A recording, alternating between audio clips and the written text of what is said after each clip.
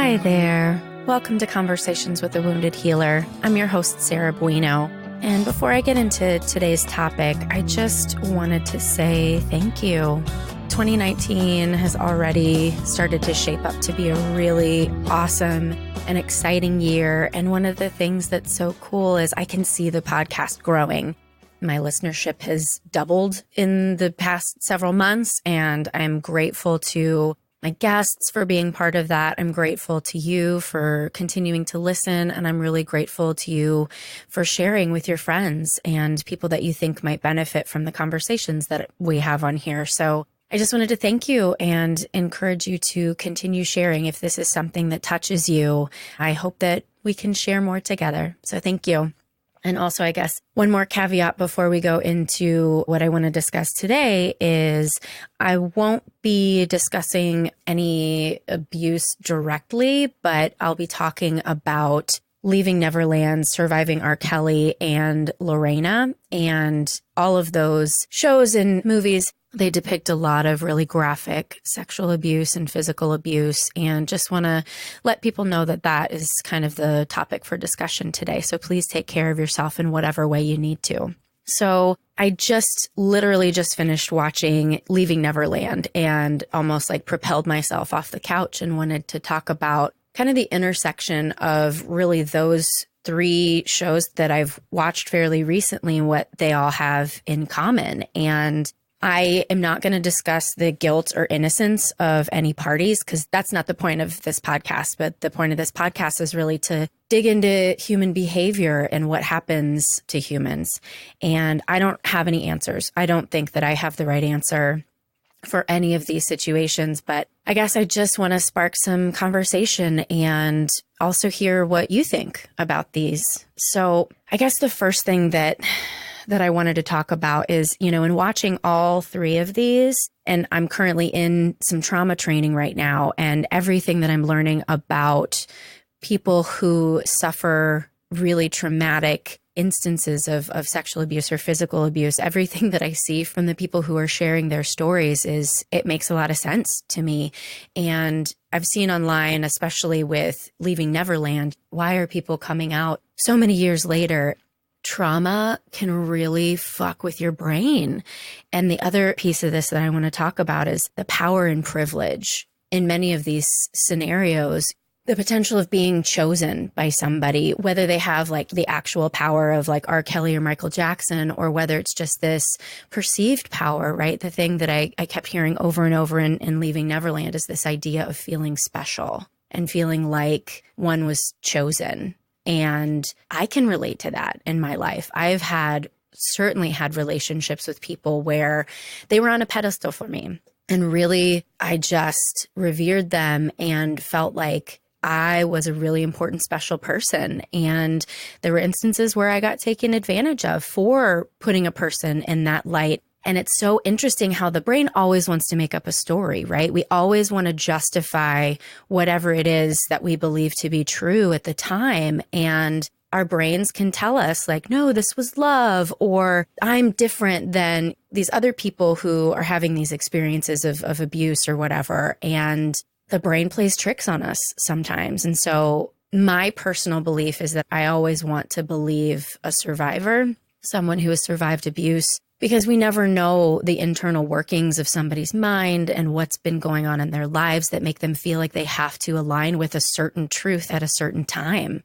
And the way that power and perceived power can play into that is super fucked up, right? One of the other things that I think is really interesting, specifically in kind of looking at R. Kelly versus looking at Michael Jackson, is how does race and the perception of race truly play a part in perceived guilt or innocence, right? And the Surviving R. Kelly talks a lot about how potentially people weren't believing the survivors that were accusing R. Kelly because they were Black girls, and why Black girls' lives weren't being valued potentially. And then we have, Michael Jackson on the other hand, and I believe the two boys that had accused him in the 90s and early 2000s were both white boys. And the discussion of Michael Jackson's race has always been really interesting, right? He was a Black man And there were always these questions of, does he want to be white? Is he trying to pass as white? His music certainly transcended racial barriers since he was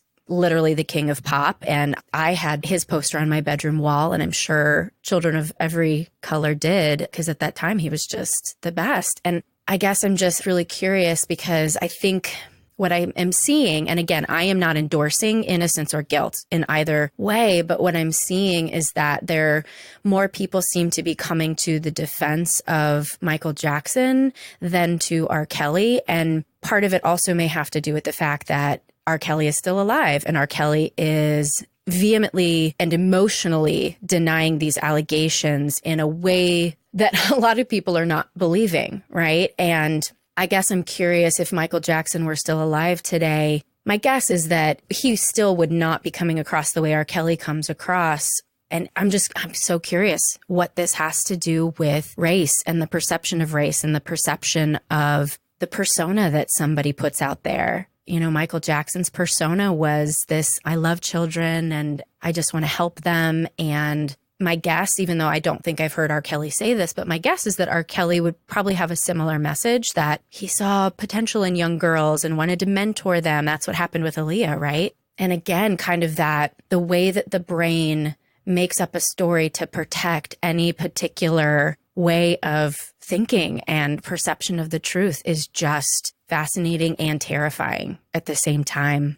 And I guess the last thing I want to touch on, because I loved Michael Jackson, and I'm not going to say that I don't love him now for the gifts that he gave me in my childhood. Whether he is guilty or innocent, he did a lot of good, right? He really changed music for a lot of people and influenced a lot of us in our early lives, if you're around my age.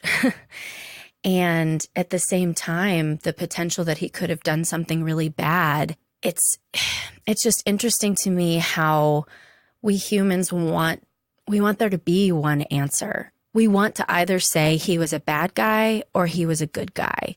And the same with R. Kelly. We want to say he's this monster, he's this terrible person, when if you've seen the Surviving R. Kelly documentary, you also know that he was sexually abused as a child. And we know that about Michael as well, Michael Jackson. So how can we hold these totally different perceptions of one person at the same time and honor whatever it is that we want to honor about that? You know, I think it depends on our particular history, not only with a certain person, but our particular history with our own trauma stories. And it's so complex, right? It's so, so, so complex. One of the things I do when I work with people who are in recovery from addiction, one of the common themes that I often hear is that usually, like, you know, in rehab, in this point of, I just need to beat myself up because I'm a terrible person. And my goal when working with a person sitting right in front of me is that we can separate the act from who you are. And again, I'm not endorsing that this is what we need to do with Michael Jackson or R. Kelly, but I think this is how we hold the complexity of what human beings can do and go through in a lifetime. And do I have to choose sides? Do I have to make this declaration? If I believe the survivors, does that mean that I have to wholeheartedly reject anything that I might like about Michael Jackson or his music, or R. Kelly or his music? Truthfully, I don't know. It's interesting. Many of you may know that I'm also in a band, and last night, I noticed that on our band Facebook page, somebody posted and said, what's our view on playing Michael Jackson songs at weddings now? And there was no answer, because some people aren't going to be affected by the documentary and some people will. And, you know, we could still have people requesting the songs. And then what happens if a band member doesn't want to play the song? It's just, there is no right answer for the way to deal with this. So I guess if I can leave you with any message, it's talk about it. If you've watched any of these and they're sparking curiosity or fear or trauma or shame or anything, if it's sparking anything, just talk about it. Talk about it with a mental health professional for sure, but also talk about it with other people who are safe. Trauma can resurface later in life. And I think sometimes when we watch these things, our own memories can kind of resurface in a different way. You know, I had that experience recently where it wasn't a repressed memory, but a memory came up and I was able to view it more from a trauma lens than from the lens I'd been viewing it before. And it shocked me and it scared me because I do a lot of work on myself. And for that to surface at 40 years old was a shock and a surprise to me. So our brains and our psychology are so complex, and we have to take care of ourselves because there's so many of these stories coming out right now. Me Too really launched a revolution in people being willing to talk about their trauma in a different way. And I think that's triggering for a lot of us. I think it's scary for a lot of us, and it's complex. So I'll leave you with, I guess, the wish and the hope that you can be gentle with yourself and take care of yourself and be kind to yourself. And also be kind to those who might be sharing some really difficult stories. Yeah, I think that's it. So thank you so much for listening today. Thanks as always to the Creative Imposter Studios for editing, to Liam O'Donnell for the album art, and to Ben Mueller for our theme music. To find out more about Conversations with a Wounded Healer, you can visit our website at www.headhearttherapy.com/podcast. Thanks so much for listening. Until next time.